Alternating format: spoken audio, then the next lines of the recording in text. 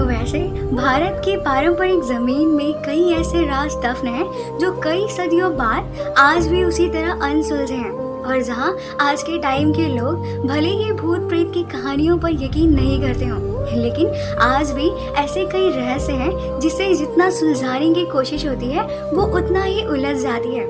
ऐसा ही एक राज राजस्थान के कुलधरा गांव में भी दफन है, और ये गांव पिछले 170 सालों से वीरान पड़ा है।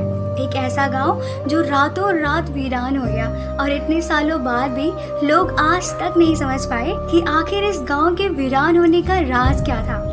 गांव के वीरान होने को लेकर एक अजीबोगरीब रहस्य है। कुलधरा की कहानी शुरू हुई थी आज से करीब 200 साल पहले, जब कुलधरा खंडहर नहीं था बल्कि आसपास के 84 गांव पालीवाल ब्राह्मण से आबाद हुआ करता था।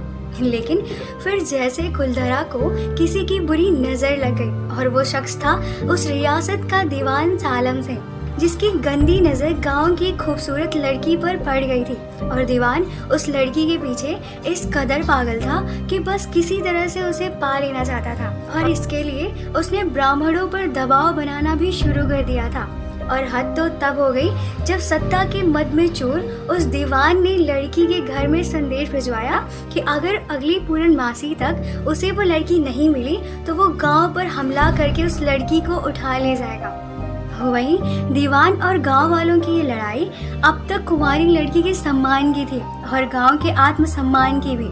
गांव की चौपाल पर पालीवाल ब्राह्मणों की बैठक हुई, और 5000 से भी ज्यादा परिवारों ने अपने सम्मान के लिए रियासत छोड़ देने का फैसला लिया। कहा जाता है कि ये फैसला लेने के लिए सभी 84 गांव वाले मंदिर पर इकट्ठा हो गए थे, और पंचायत ने ये फैसला दिया कि कुछ भी हो जाए अपनी लड़की उस दीवान को नहीं देंगे।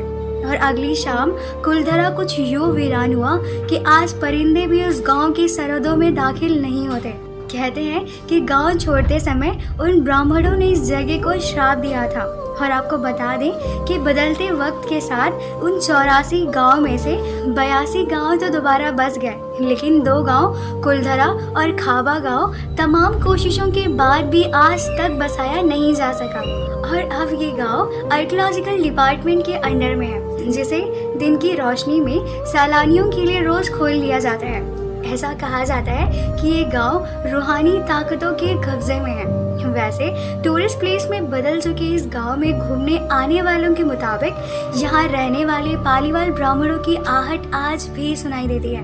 उन्हें हर पल ऐसा फील होता है कि कोई उनके आसपास चल रहा है। इतना ही नहीं, उन्हें यहाँ बाजार के चहल पहल की आवाजें आती हैं, महिलाओं के बात करने और उनकी चूड़ियों और पायलों की आवाज तक सुनाई देती है।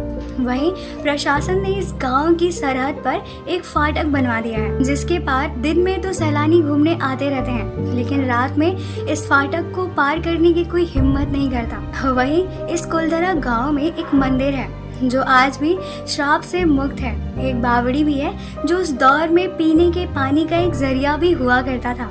एक खामोश गलियारे में उतरती कुछ सीढ़ियां भी हैं। कहते हैं कि शाम ढलने के बाद अक्सर यहाँ कुछ आवाजें सुनाई देती हैं। लोग मानते हैं कि वो आवाज 18वीं सदी के वो दर्द हैं जिसमें उन पालीवाल ब्राह्मणों को गुजरना पड़ा था। वहीं गांव के कुछ ऐसे भी मकान हैं जहाँ रहस्यमय परछाई अक्सर नजरों के सामने आती रहती। वैसे वहाँ दिन की रोशनी में सब कुछ इतिहास की किसी कहानी जैसी लगती है, लेकिन शाम ढलते ही कुलधरा के दरवाजे बंद हो जाते हैं और दिखाई देता है तो सिर्फ रूहानी ताकतों का एक रहस्यमय संसार। कुछ लोग कहते हैं कि रात के वक्त यहाँ जो भी आया वो हादसे का शिकार हो गया। और वहीं मई 2013 में दिल्ली से कुछ पैरानॉर्मल इन्वेस्टिगेटर्स भूत प्रेत पर रिसर्च करने के लिए कुलधरा गांव में रात बिताते हैं। वहीं टीम का मानना है कि यहाँ कुछ न कुछ एबनॉर्मल जरूर है, और शाम के वक्त उनका ड्रोन कैमरा आसमान से गांव की तस्वीरें ले रहा था, लेकिन बावड़ी के ऊपर आते ही वो कैमरा हवा में गोते लगाते हुए जमीन पर आ गिरा, जैसे किसी को वो कैमरा मंजूर न हो।